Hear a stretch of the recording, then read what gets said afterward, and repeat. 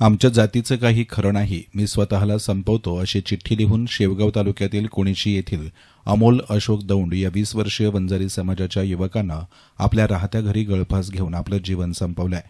शेवगाव तालुक्यातील थाटे बाडगाव या ठिकाणी गेल्या 9 दिवसांपासून वंजारी समाजास अनुसूचित जमाती प्रवर्गातून आरक्षण मंजूर करावं यासह विविध मागणीसाठी परमेश्वर केदार, डॉ अभिजित गीते आणि युवराज जवरे या 3 युवकांचे आमरण उपोषण सुरू असून या उपोषणाची प्रशासनाने आणि सरकारने अद्यापही कुठल्याही प्रकारची दखल न घेतल्याने संतप्त झालेल्या ग्रामस्थांनी बोधेगाव येथील स्वर्गीय गोपीनाथ मुंडे चौकात देखील मंगळवारी 3 तास रास्ता रोको आंदोलन केलं।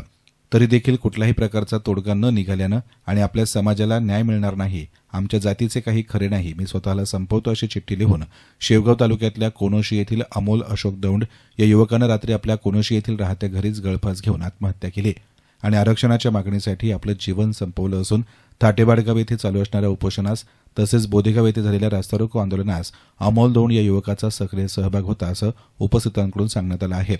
घटनेची माहिती मिळताच शेवगाव पोलीस स्टेशनचे पोलीस निरीक्षक संतोष मुटकुळे यांच्या मार्गदर्शनाखाली सहाय्यक पोलीस निरीक्षक प्रवीण महाले, पोलीस नाईक ईश्वर गर्जे, गणेश बांगर, अर्जुन ढवळे यांच्यासह पथकानं घटनास्थळी धाव घेऊन पंचनामा केला। दरम्यान प्रशासनाचे प्रमुख अधिकारी तथा शेवगावचे तहसीलदार आकाश दहादडे हे देखील घटनास्थळी दाखल झाल्यानंतर मृतदेह खाली घेऊन उत्तरीय तपासणीसाठी शेवगाव येथील ग्रामीण रुग्णालयामध्ये हलवण्यात आला। घटनास्थळी महिलांचा मोठा आक्रोश सुरू होता। मृत झालेल्या अमोल दौंड यांची गेली 3 पिढ्या ऊस तोडणीचं काम करत असून प्रशासनानं अमोल दौंड यांच्या कुटुंबियाला भरीव आर्थिक मदत करून कुटुंबातील सदस्यांना शासकीय सेवेत सामावून घेण्याची मागणी यावेळी आक्रमक ग्रामस्थांनी केली आहे। शेवटी त्याच्या मातापित्यांनाच ते भोगायला लागतं, तर त्याच्यामुळे सगळ्यांना परत एकदा विनंती करतो की असं काही डोक्यात विचार आणण्यापूर्वी आपल्या आई वडिलांचा एकदा विचार करा। आंदोलन तुम्ही तिथे त्या ठिकाणी समक्ष होतात, वारागावला त्याच्या 2-3 चक्र झाल्या।